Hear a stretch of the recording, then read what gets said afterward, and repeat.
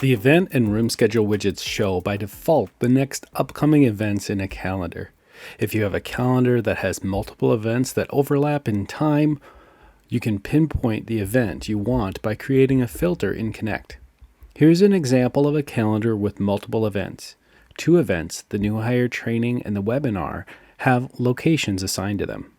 If I want to show the webinar only, I can click on Data, choose Filters, and use a property to filter out the events I don't want to show.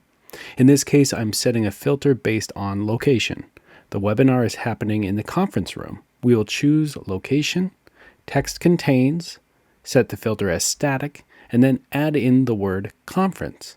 Now the widget will only show events happening in the conference room. If the event in the calendar doesn't have a location, we can change the filter to show by the name of the event.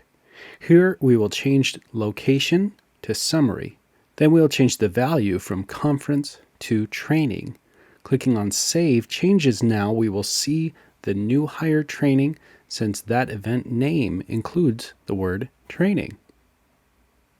Another option for filtering is to set a filter that leverages a URL query.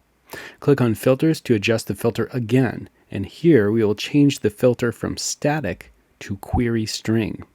Now we will have to enter in a key. This is a search term used in the URL. Let's call it event name. We also will add in a default value. We'll put in the value meeting for now.